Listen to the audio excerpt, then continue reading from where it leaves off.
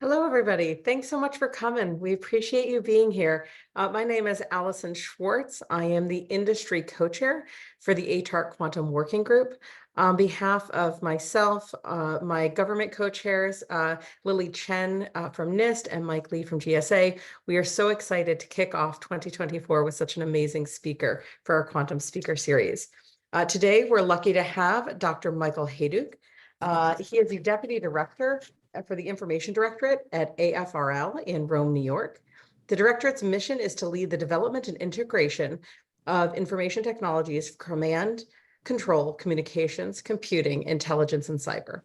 Dr. Hayduk plays a key role in AFRL's quantum information science research portfolio, spanning 7 different technology directorates. We're so excited to have you today, and we will be taking questions in the Q&A button on the bottom, and we'll try and get to them. So with that, Michael, hand it over to you. Great. Thank you so much. So hopefully everyone can hear me, and I'm coming through loud and clear. It's a great honor to be here today and to be part of this wonderful seminar series. And I thank everyone for joining as well. I look forward to some great questions at the end.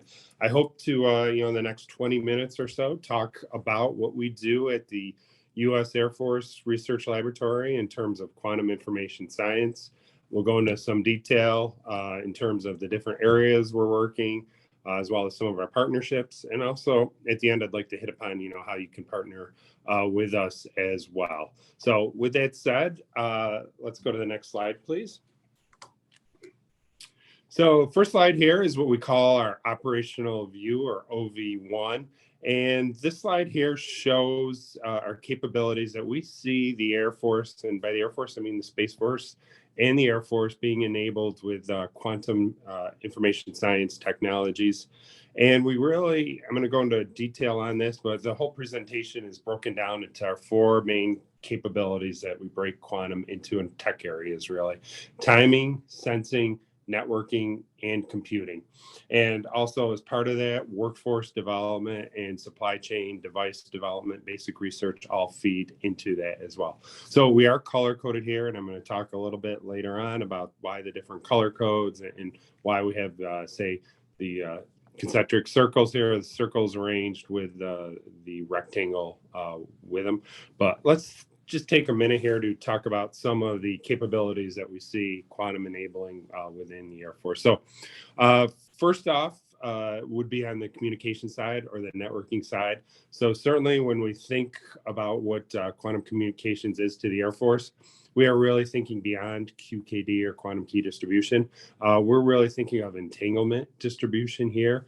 And by that, we would certainly like to enable low probability of intercept communications, as well as things like secure encryption, and really tying together different clocks and sensors with these types of quantum networks.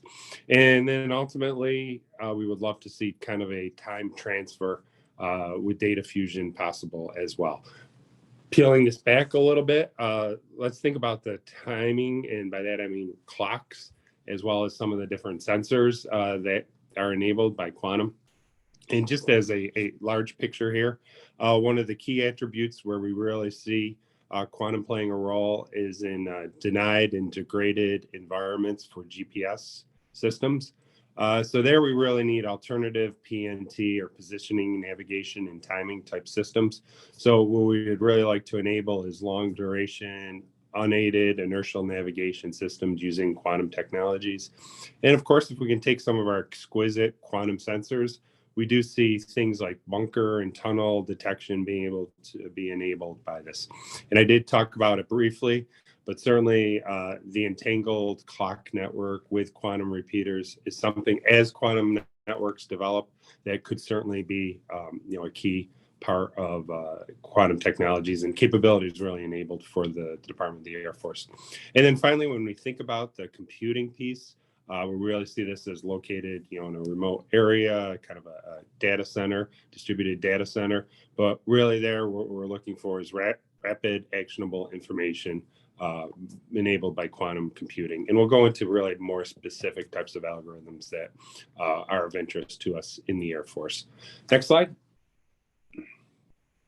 So here's a blow up of that upper left corner on the previous OV1 slide. So if we look at the left side of the slide first, with timing and sensing. So certainly there, going back to the previous slide, self-sustained PNT, as we bring together different types of sensors. I'll talk a little bit about that later on, but more along the lines of gravimeters, gradiometers, magnetometers, being able to bring those together and tie them together with quantum-enabled clocks will sustain and bias self-sustained PNT.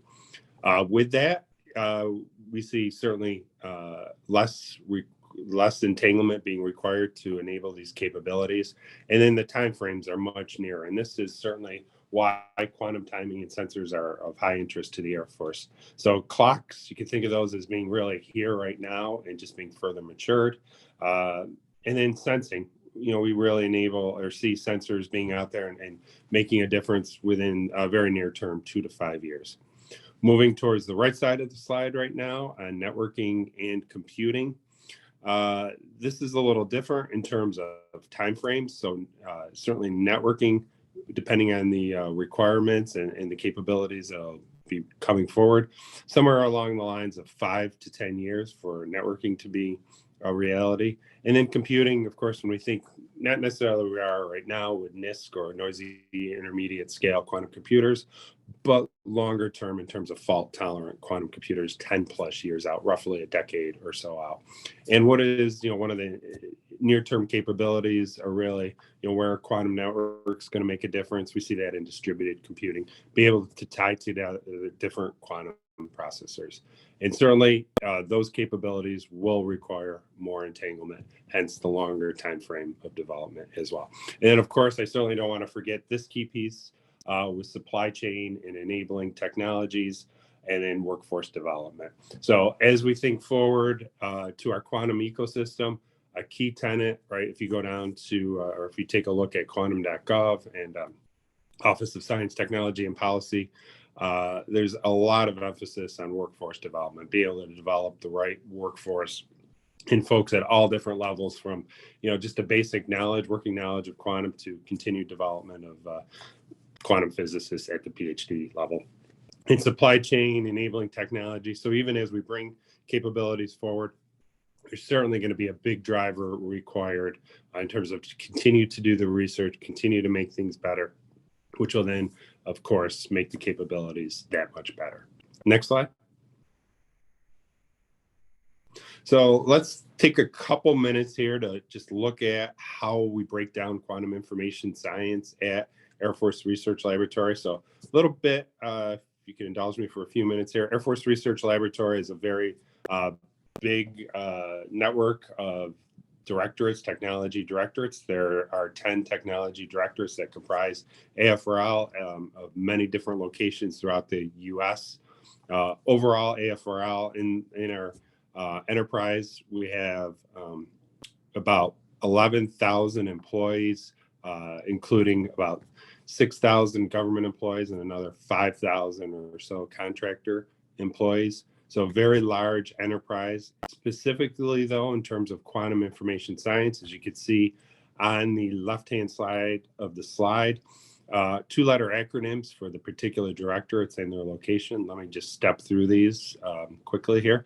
So in New Mexico, 2 directorates there are working QIS, directed energy, really satellite-based quantum networking. And I'll go into more details on all of these technologies in the next several slides. But also being worked there in the Space Vehicles Directorate is PNT. So certainly clock technologies and sensor technologies. Moving to where I work in the Information Directorate here in the middle of upstate New York, snowy upstate New York right now is the Information Directorate. We're working 2 main pieces of QIS, quantum computing. Specifically there, we're talking about algorithm development, problem space development, and then the networking piece of it, and specifically how we can go between different layers, say between ground to ground, ground to air, even air to space type technologies. Out in Dayton, Ohio, 2 directorates are working quantum, the Sensors Directorate and the Materials and Manufacturing Directorate. You can see some of the technologies listed there. But specifically, they're working on not only materials, promising materials, but also devices. So you can think of single photon detectors, entanglement generation and distribution. Those types of things are being worked on.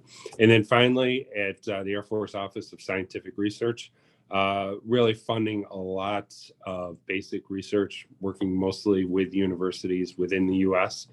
And then I'd like to point out our international sites. So we have 5 international locations spread out globally. The UK, Brazil, Australia, Japan, and Chile. And really, these are tech harvesters, if you will, part of our organization that goes out and works with universities and throughout the world, finds, 6-1, what we call 6-1 technologies, basic research technologies, helps to mature them, and ultimately folding them into our laboratory enterprise as well. So next slide. So let's jump into timing here. Next. So each of these areas will have 1 to 2 slides where we'll go into some more deep dives, if you will. So timing, so exactly what we talked about earlier in terms of operating in GPS denied environments or degraded type of environments. So here, if you look at where we currently are, where we're working towards, and some of our recent results. So with clocks, we can think of a great success story, certainly matured by investments by places like DARPA through the years. So the chip scale atomic clock, and you think of GPS clocks right now as well, they have nanosecond type stability in terms of 10 to the minus seconds per day under static conditions, pretty small volume.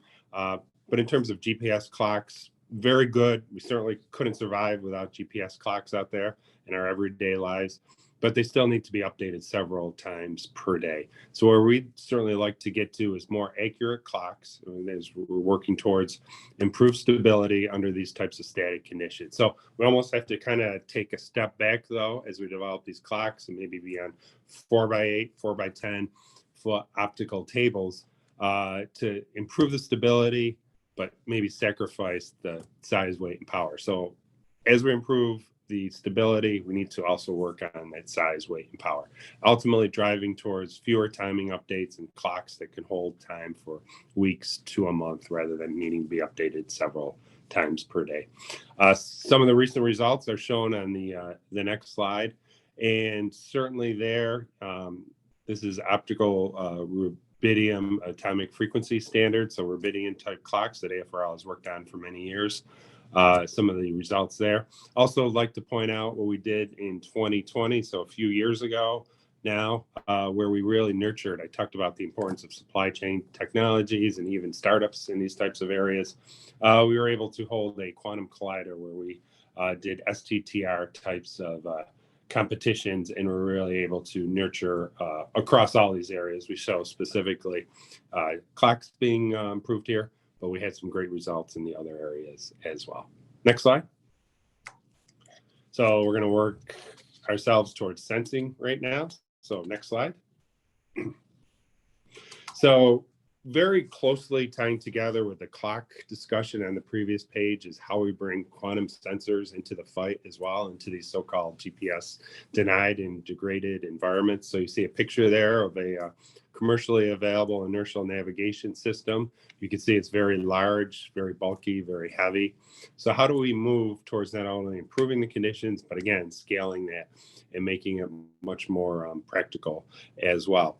So what we'd really like to get to is past where we are today. So right now we have GPS type accuracy for much less than 1 hour. Certainly not something we can live with as we think ahead to where the Air Force has its requirements. So we really need to work ourselves towards where we can have accuracy for much longer than an hour and reduce sensor noise and decrease that volume. We'll be able to fit it on practical types of planes.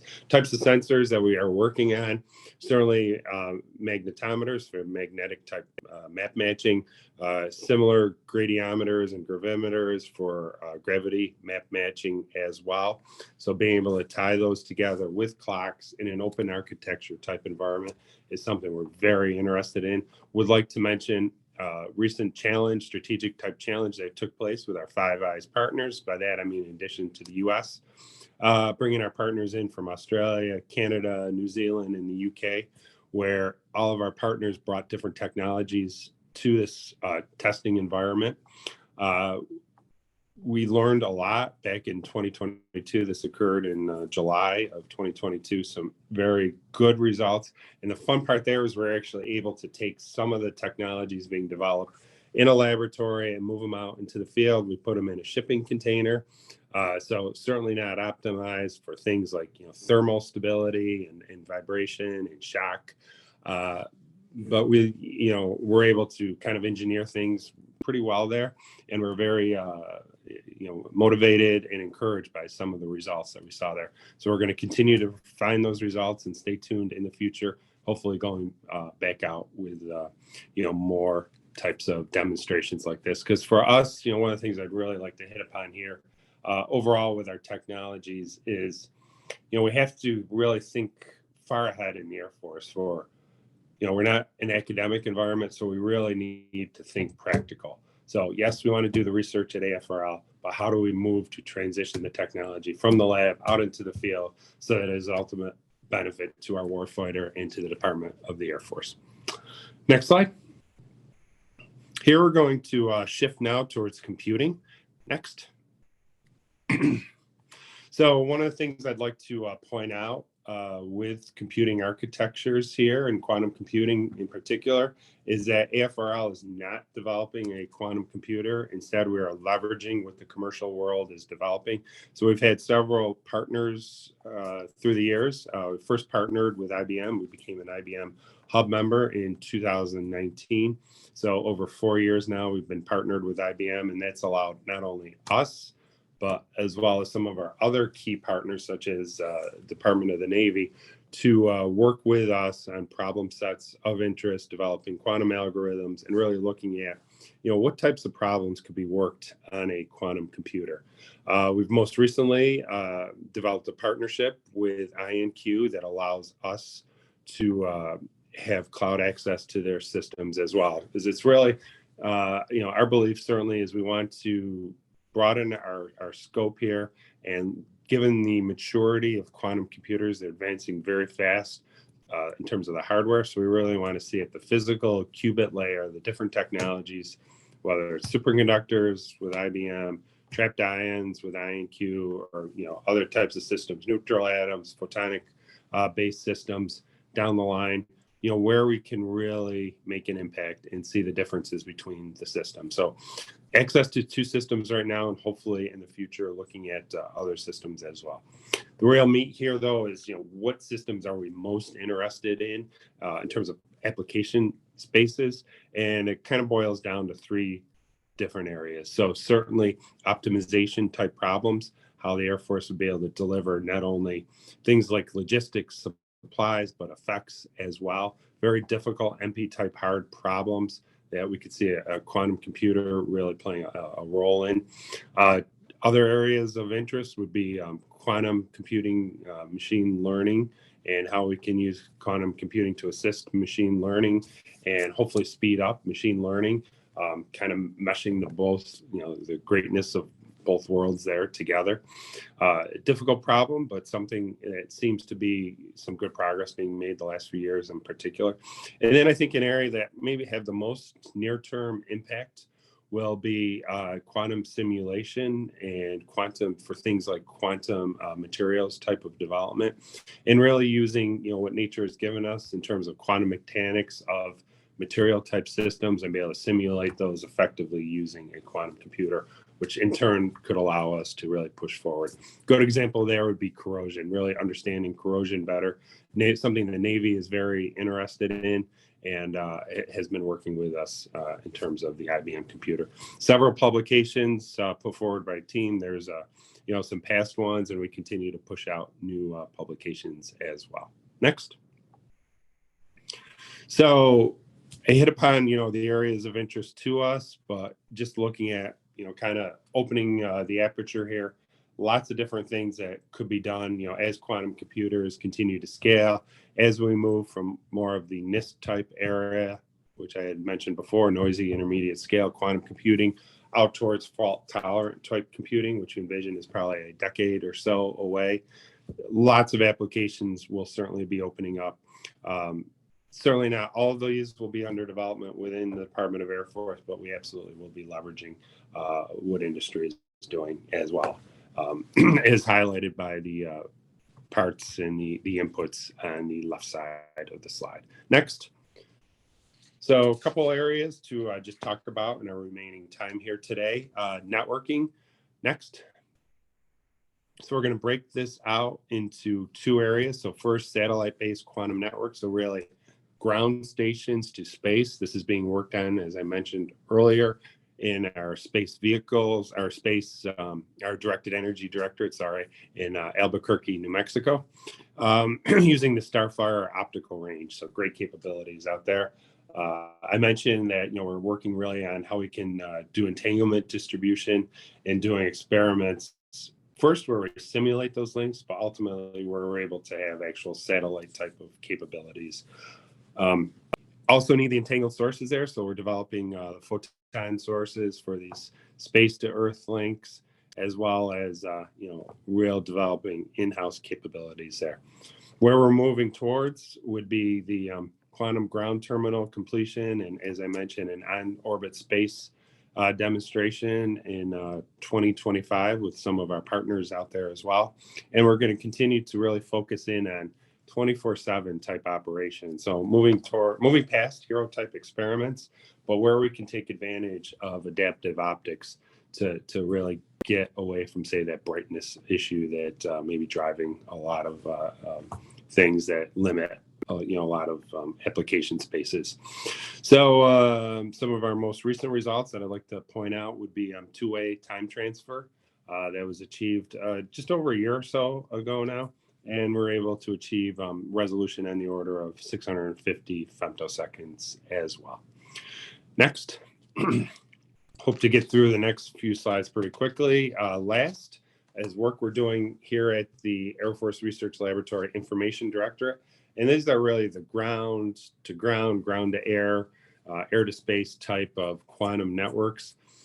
Here in Rome, we're working on 3 different qubit technologies. I referenced those earlier as quantum computing type technologies, but you can certainly use those in a networking type of application. So here we've built up a great deal of expertise in trapped ions, superconducting qubits, and photonic integrated circuits. And the real secret sauce that we're bringing to the game is how to do transduction between those type of systems. So each of those areas, so for example, trapped ions are great at memory, which any network needs. Superconducting qubits bring processing to the game. And certainly photonic integrated circuits, you can think of how you transport quantum information as well, optically. Where, again, I'd like to kind of point out, we really need to develop the practical aspect of things in AFRL. So one of the things we're working on is a memory-based ground node connection to a UAV. So that's something we hope to have results on in 2024. So we're going from ground to a UAV, very simple UAV demonstration with different qubit technologies. So stay tuned for that. And then, some of our recent results, you can look them up. That's things that we've published on. Would like to point out AIM Photonics as being a great partner of us to really allowing us here, and especially close access geographically in New York State, just down the road in Albany, as well as in Rochester, to develop full-scale integrated circuits on large 300 millimeter type of wafers as well. And again, not only developing those technologies, but the interface or the transduction technologies between them are key to us as well. Next slide. So this is my last, well, actually I have 2 slides left, but really just kind of pointing out how we're moving between all these different technologies. So certainly I'm going to talk about on our last slide, our Open Innovation Campus under development, where we're doing very foundational basic research. As we mature those technologies, we'll pull them in-house, operationalize them more, get them closer to pushing out into the field. And then finally, we have some great access to some really unique test sites here, including what we call our Stockbridge test site, as well as a UAS test site called Skydome. So you can read some of the words there, but really going from kind of basic research on out to test sites. So my last slide, next slide, please, just talks about some unique capabilities that we developed starting the Innovari Advancement Center. We built this partners with several partners really, but Griffith Institute, the SUNY system, the county we sit in, Oneida County, the city we sit in, Rome, New York, as well as NISTEC, another one of our partners. Those partners allowed us to develop a foundational research capability outside our security perimeter here at AFRL. A lot of times it's very difficult to work with us, especially if you're foreign nationals, maybe a non-traditional partner like a small business that hasn't worked with the Air Force in the past. So we realized, beginning back several years ago, that we really needed to develop a different type of business model to allow companies to engage with us in a very important, deep technology area like quantum with us. So we developed the center specifically in partnership with the Griffith Institute, who leases this facility from Oneida County. Oneida County put in about $14 million of investment of county money, state money to renovate this facility. We developed state-of-the-art quantum laboratories, 1,500 square foot laboratories where our partners come in, work with our researchers side by side on these foundational technologies. Specifically here, I'm talking about our quantum networking technologies and those transduction technologies that I had mentioned earlier. Also, as part of this, can't really see it on here, but we have a former B-52 hangar. So you can think very large scale where we've developed a UAS, uncrewed aerial system, technology development area. So an indoor test facility, the hangar door is open, and there's a netted facility as well. So this is where we're going to do our drone testing for quantum network developing, but also many other areas for AFRL benefit from these types of capabilities. So I know I'm nearly out of time. I'd love to get to some questions. You can read some of the other tech areas we're working there. If you go to innovari.org, you can read much more about the center and how you can engage with us. So with that, happy to take some questions. Thanks so much. Yeah, we only have time probably for about 2 questions, but I've been trying to answer what I could in the Q&A. So yes, for folks interested in getting a copy of the slide deck, we will make sure you have that. If there are follow-up questions, please reach out to ATARC and we can gather the answers with Dr. Hayduk and send those back to you. Yep. One question that came up was, is there a group or collective practitioners or solution that AFRL works with, so-called like a quantum association that you could turn to open challenges and questions? So to work with those non-traditional government contractors that you mentioned at the end. Yeah, so that's a great question. We engage a couple ways with the non-traditional. So we do engage directly with the non-traditionals.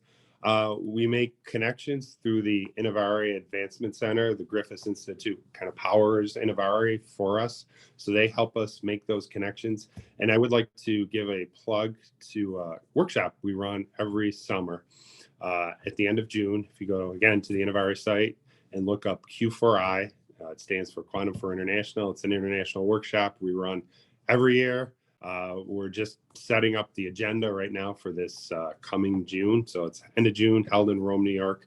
We invite our partners in. So not only, the larger companies, but we love to hear from small companies. We have poster sessions. We have interactive sessions. A lot of times we have breakout panels as well. So it's a great way to really meet with our researchers, see our facilities, and learn more about what we do here at AFRL and maybe how there could be a fit with the non-traditional. So I think that's really the best way to reach out and engage with us, are kind of those 2 mechanisms. Thank you.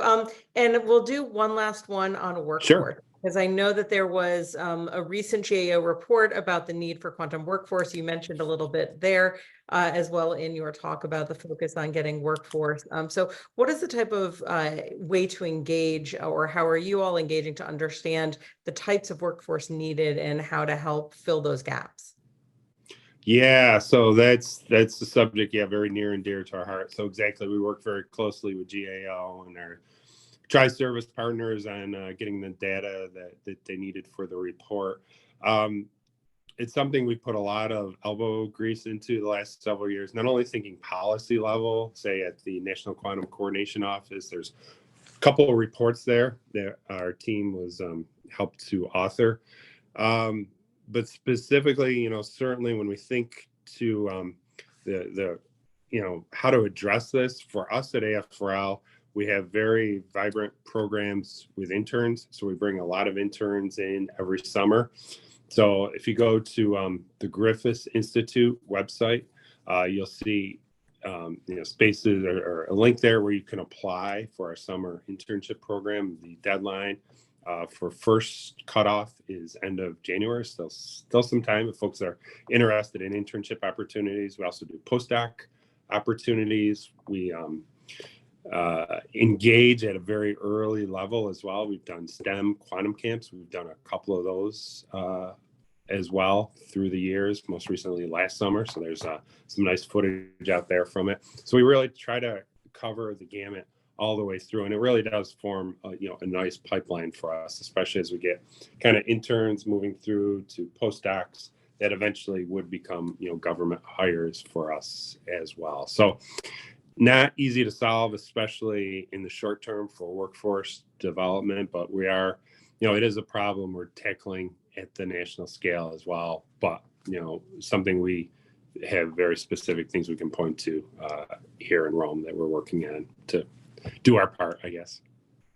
Well, thank you again for your time today. I mean, I wish we had more time because we have so many more amazing questions.